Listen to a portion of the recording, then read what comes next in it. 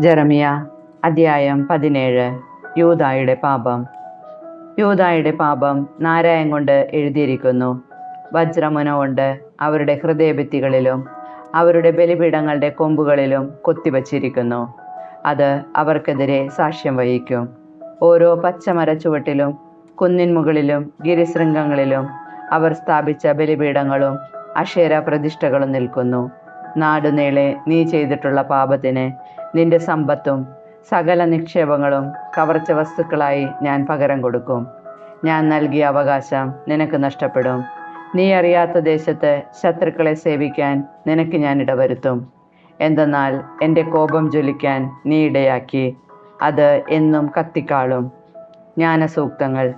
കർത്താവ് അരുളി ചെയ്യുന്നു, മനുഷ്യനെ ആശ്രയിക്കുകയും ശരീരശക്തിയെ അവലംബമാക്കുകയും ചെയ്ത് കർത്താവിൽ നിന്ന് ഹൃദയം തിരിക്കുന്നവൻ ശക്തൻ. അവൻ മരുഭൂമിയിലെ കുറ്റിച്ചെടി പോലെയാണ്. അവന് ഋതുഭേദമുണ്ടാവുകയില്ല. മരുഭൂമിയിലെ വരണ്ട നിർജ്ജനമായ ഒരു നിലത്ത് അവൻ വസിക്കും. കർത്താവിൽ ആശ്രയിക്കുന്നവൻ അനുഗ്രഹീതൻ. അവൻ്റെ പ്രത്യാശ അവിടുന്ന് തന്നെ. അവൻ ആറ്റുതീരത്ത് നട്ട മരം പോലെയാണ്. അത് വെള്ളത്തിലേക്ക് വേരൂന്നിയിരിക്കുന്നു. അത് വേനൽക്കാലത്തെ ഭയപ്പെടുന്നില്ല. അതിൻ്റെ ഇലകൾ എന്നും പച്ചയാണ്. വരൾച്ചയുടെ കാലത്തും അതിന് ഉത്കണ്ഠയില്ല. അത് ഫലം നൽകിക്കൊണ്ടേയിരിക്കും. ഹൃദയം മറ്റെന്തിനേക്കാളും കാപഢ്യമുള്ളതാണ്, ശോചനീയമായ വിധം ദുഷിച്ചതുമാണ്. അതിനെ ആർക്കാണ് മനസ്സിലാക്കാൻ കഴിയുക? കർത്താവായ ഞാൻ മനസ്സിനെ പരിശോധിക്കുകയും ഹൃദയത്തെ പരീക്ഷിക്കുകയും ചെയ്യുന്നു. ഓരോ മനുഷ്യനും അവൻ്റെ ജീവിത രീതിക്കും പ്രവർത്തിക്കുമനുസരിച്ച് ഞാൻ പ്രതിഫലം നൽകും. താനിടാത്ത മുട്ടയ്ക്ക് അടയിരിക്കുന്ന തിത്തിരിപ്പക്ഷിയെ പോലെയാണ് അന്യായമായി സമ്പത്ത് സമ്പാദിക്കുന്നവൻ. ജീവിതമധ്യത്തിൽ അത് അവനെ പിരിയും. അവസാനം അവൻ വിഡ്ഢിയാവുകയും ചെയ്യും. ആദ്യം മുതലേ ഉന്നതത്തിൽ സ്ഥാപിതമായ മഹത്വത്തിൻ്റെ സിംഹാസനമാണ് ഞങ്ങളുടെ വിശുദ്ധ മന്ദിരം. ഇസ്രായേലിൻ്റെ പ്രത്യാശയായ കർത്താവെ, അങ്ങേ ഉപേക്ഷിക്കുന്നവരെല്ലാം ലജ്ജിതരാകും. അങ്ങിൽ നിന്ന് പിന്തിരിയുന്നവർ പൂഴിയിൽ എഴുതിയ പേരുപോലെ അപ്രത്യക്ഷരാകും. എന്തെന്നാൽ ജീവജലത്തിൻ്റെ ഉറവിടമായ കർത്താവിനെ അവർ ഉപേക്ഷിച്ചു. കർത്താവെ, എന്നെ സുഖപ്പെടുത്തണമേ, അപ്പോൾ ഞാൻ സൗഖ്യമുള്ളവനാകും. എന്നെ രക്ഷിക്കണമേ, അപ്പോൾ ഞാൻ രക്ഷപ്പെടും. അങ്ങ് മാത്രമാണ് എൻ്റെ പ്രത്യാശ. കർത്താവിൻ്റെ വചനമെവിടെ? അതിപ്പോൾ നിവർത്തിയാകട്ടെ എന്ന് അവർ പറയുന്നു. തിന്മ വരുത്താൻ ഞാൻ അങ്ങയോട് നിർബന്ധിച്ചപേക്ഷിച്ചില്ലെന്നും ദുർദിനം ഞാൻ അഭിലഷിച്ചില്ലെന്നും അവിടത്തേക്കറിയാമല്ലോ. എൻ്റെ നാവിൽ നിന്ന് പുറപ്പെടുന്നതൊന്നും അങ്ങേക്ക് അജ്ഞാതമല്ല. അങ്ങ് എനിക്ക് ഭയകാരണമാകരുതേ. തിന്മയുടെ ദിനത്തിൽ അങ്ങാണ് എൻ്റെ സങ്കേതം. എന്നെ പീഡിപ്പിക്കുന്നവർ ലജ്ജിതരാകട്ടെ. ഞാൻ ലജ്ജിതനാകാതിരിക്കട്ടെ. അവർ സംഭ്രമിക്കട്ടെ, ഞാൻ സംഭ്രമിക്കാതിരിക്കട്ടെ. അവരുടെ മേൽ തിന്മയുടെ ദിവസം വരുത്തണമേ. അവരെ വീണ്ടും വീണ്ടും നശിപ്പിക്കണമേ. സാബത്താചരണം. കർത്താവ് എന്നോട് അരുളി ചെയ്തു, യൂദാ രാജാക്കന്മാർ കയറുകയും ഇറങ്ങുകയും ചെയ്യുന്ന ബെഞ്ചമിൻ കവാടത്തിലും ജെറുസലേമിൻ്റെ സകല കവാടങ്ങളിലും ചെന്ന് പറയുക, യൂദാ രാജാക്കന്മാരെ, യൂദായിലെ ജനങ്ങളെ, ജെറുസലേം നിവാസികളെ, ഈ കവാടങ്ങളിലൂടെ പ്രവേശിക്കുന്ന നിങ്ങൾ കർത്താവിൻ്റെ വാക്കു കേൾക്കുവിൻ. കർത്താവ് അരുളി ചെയ്യുന്നു, ജീവൻ വേണമെങ്കിൽ സൂക്ഷിച്ചുകൊള്ളുവിൻ. സാബത്ത് ദിനത്തിൽ നിങ്ങൾ ഭാരം വഹിക്കുകയോ ജെറുസലേം കവാടങ്ങളിലൂടെ അത് കൊണ്ടുവരികയോ ചെയ്യരുത്. സാബത്തിൽ നിന്റെ വീട്ടിൽ നിന്ന് പുറത്തേക്ക് ചുമട് കൊണ്ടുപോകരുത്. ജോലി ചെയ്യുകയും അരുത്. നിങ്ങളുടെ പിതാക്കന്മാരോട് ഞാൻ കൽപ്പിച്ചതുപോലെ സാബത്ത് ദിവസം ശുദ്ധമായി ആചരിക്കുവിൻ. എന്നാൽ ഞാൻ അവർ ശ്രദ്ധിക്കുകയോ ശ്രവിക്കുക പോലുമോ ചെയ്തില്ല.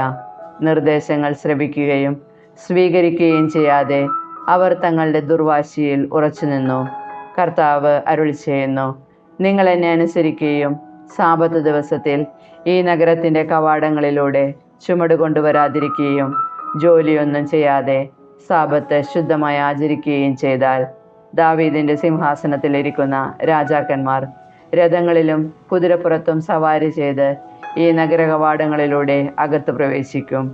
അവരോടൊപ്പം അവരുടെ പ്രഭുക്കന്മാരും യൂദായിലെ ജനങ്ങളും ജെറുസലേം നിവാസികളും. അങ്ങനെ നഗരമെന്നും ജനനിബിഡമായിരിക്കും. യൂദായിലെ നഗരങ്ങളിൽ നിന്നും ജെറുസലേമിൻ്റെ പ്രാന്തപ്രദേശങ്ങളിൽ നിന്നും ബെഞ്ചമിൻ ദേശത്തു നിന്നും സമതലങ്ങൾ മലമ്പ്രദേശങ്ങൾ, നെഗബ് എന്നിവിടങ്ങളിൽ നിന്നും ആളുകൾ വരും. അവർ കർത്താവിൻ്റെ ഭവനത്തിലേക്ക് ദഹനബലികളും കാഴ്ചകളും ധാന്യബലികളും സുഗന്ധദ്രവ്യങ്ങളും കൃതജ്ഞതാബലികളും കൊണ്ടുവരും. എന്നാൽ നിങ്ങൾ എന്നെ അനുസരിച്ച് സാബത്ത് ശുദ്ധമായി ആചരിക്കാതിരിക്കുകയും സാബത്തിൽ ചുമടുമായി ജെറുസലേമിൻ്റെ കവാടങ്ങളിലൂടെ പ്രവേശിക്കുകയും ചെയ്താൽ ഞാൻ അതിൻ്റെ കവാടങ്ങളിൽ തീ കൊളുത്തും. അത് ജെറുസലേമിലെ കൊട്ടാരങ്ങളെ വിഴുങ്ങും. ആരും അത് കെടുത്തുകയില്ല. ജെറമിയ അധ്യായം 18. കുശവൻ്റെ വീട്ടിൽ. കർത്താവ് ജെറമിയായോട് അരുളി ചെയ്തു, നീ എഴുന്നേറ്റ് കുശവൻ്റെ വീട്ടിലേക്ക് ചെല്ലുക. അവിടെ വെച്ച് ഞാൻ നിന്നോട് സംസാരിക്കും. ഞാൻ അവിടെ ചെല്ലുമ്പോൾ അവൻ ചക്രത്തിന്മേൽ പണി ചെയ്യുകയായിരുന്നു. കുശവൻ കളിമണ്ണുകൊണ്ട് ഉണ്ടാക്കിക്കൊണ്ടിരുന്ന പാത്രം ചിലപ്പോൾ ശരിയാകാതെ പോകും. അപ്പോൾ അവൻ അതുകൊണ്ട് വീണ്ടും തനിക്കിഷ്ടമുള്ള രൂപത്തിൽ മെനയും. അപ്പോൾ കർത്താവ് എന്നോട് അരുളി ചെയ്തു, ഇസ്രായേൽ ഭവനമേ, ഈ കുശവൻ ചെയ്യുന്നത് പോലെ എനിക്ക് നിങ്ങളോട് ചെയ്യരുതോ എന്ന് കർത്താവ് ചോദിക്കുന്നു. ഇസ്രായേൽ ഭവനമേ, കുശവൻ്റെ കയ്യിലെ കളിമണ്ണ് പോലെയാണ് എൻ്റെ കയ്യിൽ നിങ്ങൾ. ഏതെങ്കിലും ഒരു ജനതയെയോ ഒരു രാജ്യത്തെയോ ഉന്മൂലനം ചെയ്യുമെന്നും തകർത്ത് നശിപ്പിക്കുമെന്നും എപ്പോഴെങ്കിലും ഞാൻ പ്രഖ്യാപിച്ചിരിക്കെ ആ ജനത തിന്മയിൽ നിന്ന് പിന്തിരിഞ്ഞാൽ അതിനോട് ചെയ്യാൻ ഉദ്ദേശിച്ചിരുന്ന വിനാശത്തെക്കുറിച്ച് ഞാൻ അനുതപിക്കും. ഏതെങ്കിലും ഒരു ജനതയെയോ ഒരു രാജ്യത്തെയോ പടുത്തുയർത്തുമെന്നും നട്ടുവളർത്തുമെന്നും എപ്പോഴെങ്കിലും ഞാൻ പ്രഖ്യാപിച്ചിരിക്കെ ആ ജനത എൻ്റെ വാക്ക് ചെവിക്കൊള്ളാതെ എൻ്റെ മുൻപിൽ തിന്മ പ്രവർത്തിക്കുകയാണെങ്കിൽ അതിനോട് പ്രകടിപ്പിക്കാൻ ഉദ്ദേശിച്ചിരുന്ന നന്മയെക്കുറിച്ചും ഞാൻ അനുതപിക്കും. അതുകൊണ്ട് യൂദായിലെ ആളുകളോടും ജെറുസലേം നിവാസികളോടും പറയുക, കർത്താവ് അരുളി ചെയ്യുന്നു, ഇതാ ഞാൻ നിങ്ങൾക്കെതിരെ അനർത്ഥം കരുപ്പിടിപ്പിക്കുന്നു. നിങ്ങൾക്കെതിരെ ഒരു പദ്ധതി നനച്ചിരിക്കുന്നു. ഓരോരുത്തനും അവനവൻ്റെ ദുർമാർഗത്തിൽ നിന്ന് പിന്തിരിയട്ടെ. നിങ്ങളുടെ വഴികളും പ്രവൃത്തികളും തിരുത്തുവിൻ. എന്നാൽ അവർ പറയുന്നു, ഇതെല്ലാം വ്യർത്ഥമാണ്, ഞങ്ങൾക്ക് തോന്നുന്നത് ചെയ്യും. ഓരോരുത്തനും അവനവൻ്റെ ദുഷ്ടഹൃദയത്തിൻ്റെ പ്രേരണയ്ക്കൊത്ത് പ്രവർത്തിക്കും. ജനം കർത്താവിനെ പരിത്യജിക്കുന്നു. അതുകൊണ്ട് കർത്താവ് അരുളി ചെയ്യുന്നു, ഇതുപോലൊന്ന് ആരെങ്കിലും കേട്ടിട്ടുണ്ടോ എന്ന് ജനതകളുടെ ഇടയിൽ ആരായുവിൻ. ഇസ്രായേൽ കന്യക അതിഭീകരമായ കൃത്യം ചെയ്തിരിക്കുന്നു. ലെബനോനിലെ മഞ്ഞ് ഉയർന്ന പാറയിടുക്കുകളിൽ നിന്ന് മായുമോ? പർവ്വതത്തിൽ നിന്നുള്ള ശീതള ജലപ്രവാഹം വറ്റിപ്പോകുമോ? എന്നിട്ടും എൻ്റെ ജനം എന്നെ മറന്നുകളഞ്ഞു. വ്യർത്ഥതകൾക്ക് അവർ ധൂപാർച്ചന നടത്തുന്നു. അവർ തങ്ങളുടെ പുരാതന പാതകളിൽ കാലിടറി വീണു. രാജവീതി വിട്ട് ഊടുവഴികളിൽ അവർ നടന്നു. അവർ തങ്ങളുടെ നാടിനെ ശൂന്യവും എന്നേക്കും പരിഹാസപാത്രവുമാക്കി. അതിലെ കടന്നു പോകുന്നവർ അന്താളിച്ച് തലകുലിക്കുന്നു. കിഴക്കൻ കാറ്റിലെന്ന പോലെ ഞാൻ അവരെ ശത്രുക്കളുടെ മുൻപിൽ ചിതറിക്കും. അവരുടെ അനർത്ഥത്തിൻ്റെ നാളിൽ അവരുടെ നേർക്ക് മുഖമല്ല പുറമാണ് ഞാൻ തിരിക്കുക. പ്രതികാരത്തിനായി പ്രാർത്ഥന. അപ്പോൾ അവർ പറഞ്ഞു, വരുവിൻ, നമുക്ക് ജെറമിയായ്ക്കെതിരെ ഗൂഢാലോചന നടത്താം. എന്തെന്നാൽ പുരോഹിതനിൽ നിന്ന് നിയമോപദേശവും ജ്ഞാനിയിൽ നിന്ന് ആലോചനയും പ്രവാചകനിൽ നിന്ന് വചനവും നശിച്ചു പോവുകയില്ല. വരുവിൻ, നമുക്ക് അവനെ നാവുകൊണ്ട് തകർക്കാം. അവൻ്റെ വാക്കുകൾക്ക് ചെവി കൊടുക്കുകയും വേണ്ട. കർത്താവേ, എൻ്റെ പ്രാർത്ഥന കേൾക്കണമേ. എൻ്റെ ശത്രുക്കൾ പറയുന്നത് ശ്രദ്ധിക്കണമേ. നന്മയ്ക്ക് പ്രതിഫലം തിന്മയോ? അവർ എൻ്റെ ജീവന് വേണ്ടി കുഴി കുഴിച്ചിരിക്കുന്നു.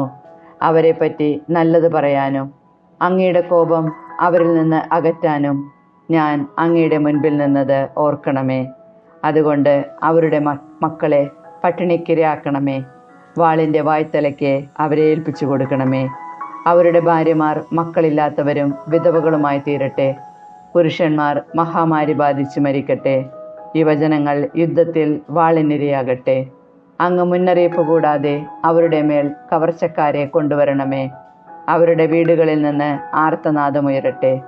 എന്തെന്നാൽ എന്നെ പിടിക്കാൻ അവർ കുഴി കുഴിച്ചു, എൻ്റെ കാലുകൾക്ക് അവർ കെണിവെച്ചു. കർത്താവെ, എന്നെ വധിക്കാനുള്ള അവരുടെ ആലോചന അങ്ങറിയുന്നു. അവരുടെ അകൃത്യം പൊറുക്കരുതേ. അവരുടെ പാപം അവിടുത്തെ മുൻപിൽ നിന്ന് മായ്ച്ചു കളയരുതേ. അങ്ങയുടെ മുൻപിൽ അവർ മറിഞ്ഞു വീഴട്ടെ. അങ്ങയുടെ ക്രോധത്തിൻ്റെ നാളിൽ അവരെ നശിപ്പിക്കണമേ.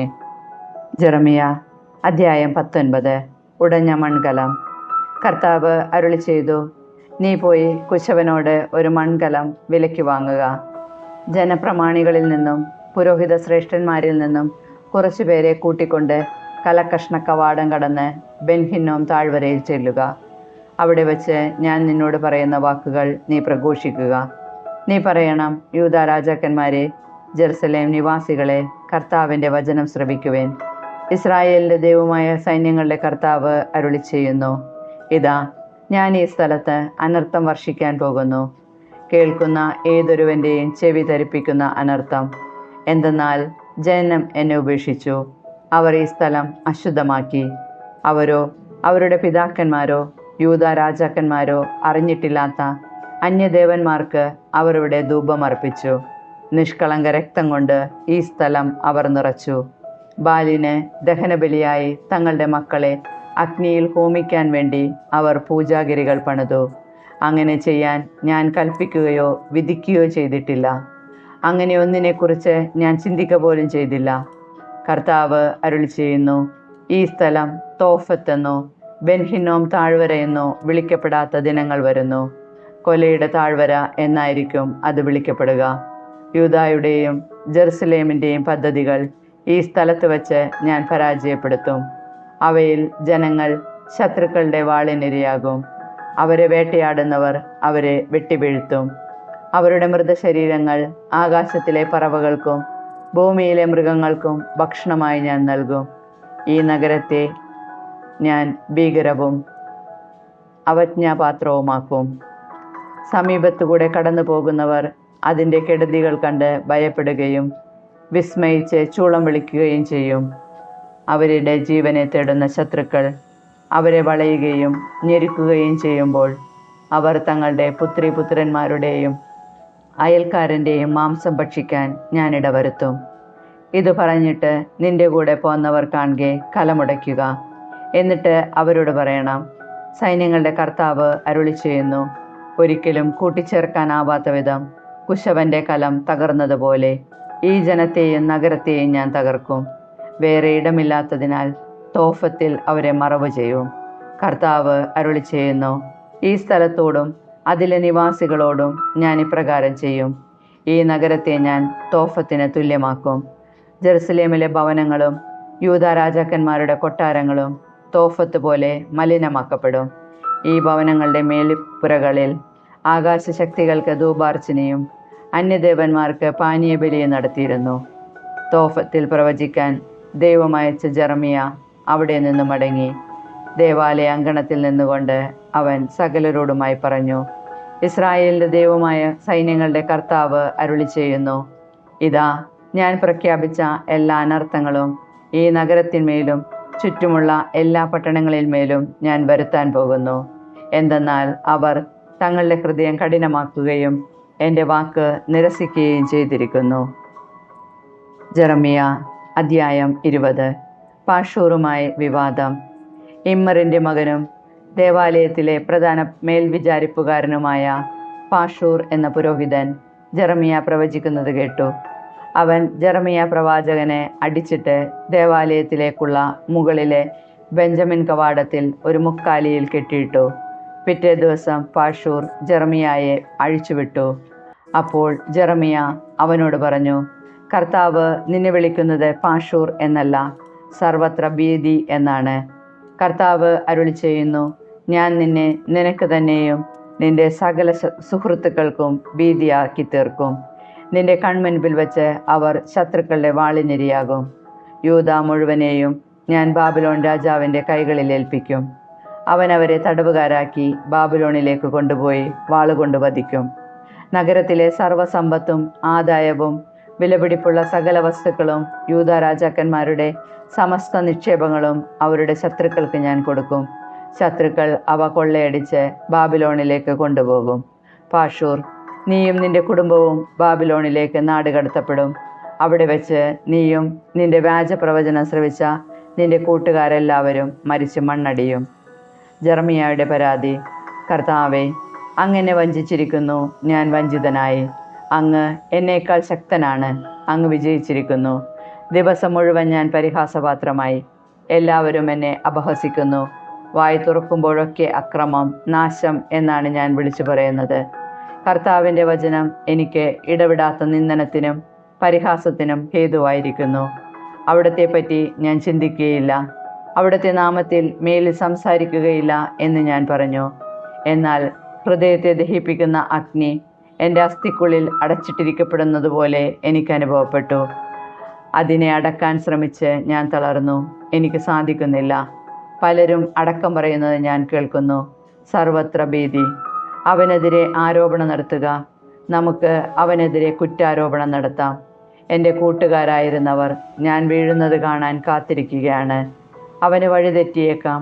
അപ്പോൾ നമുക്ക് അവൻ്റെ മേൽ വിജയം നേടാം, പ്രതികാരം നടത്തുകയും ചെയ്യാം. എന്നാൽ വീരയോദ്ധാവിനെ പോലെ കർത്താവ് എൻ്റെ പക്ഷത്തുണ്ട്.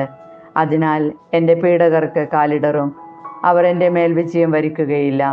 വിജയിക്കാതെ വരുമ്പോൾ അവർ വല്ലാതെ ലജ്ജിക്കും. അവർക്കുണ്ടാവുന്ന നിത്യമായ അവമാനം ഒരിക്കലും വിസ്മരിക്കപ്പെടുകയില്ല. സൈന്യങ്ങളുടെ കർത്താവേ, നീതിമാനെ പരിശോധിക്കുകയും ഹൃദയവും മനസ്സും കാണുകയും ചെയ്യുന്നവനെ, അങ്ങ് അവരോട് പ്രതികാരം ചെയ്യുന്നത് കാണാൻ എന്നെ അനുവദിക്കണമേ. അങ്ങിലാണല്ലോ ഞാൻ ആശ്രയിക്കുന്നത്. കർത്താവിന് കീർത്തനം പാടുവേൻ, അവിടുത്തെ സ്തുതിക്കുവേൻ. എന്തെന്നാൽ ദുഷ്ടരുടെ കയ്യിൽ നിന്ന് ദരിദ്രരുടെ ജീവനെ അവിടുന്ന് രക്ഷിച്ചു. ഞാൻ പിറന്ന ദിവസം ശപിക്കപ്പെട്ടതാകട്ടെ. എൻ്റെ അമ്മ എന്നെ പ്രസവിച്ച ദിവസം അനുഗ്രഹിക്കപ്പെടാതിരിക്കട്ടെ.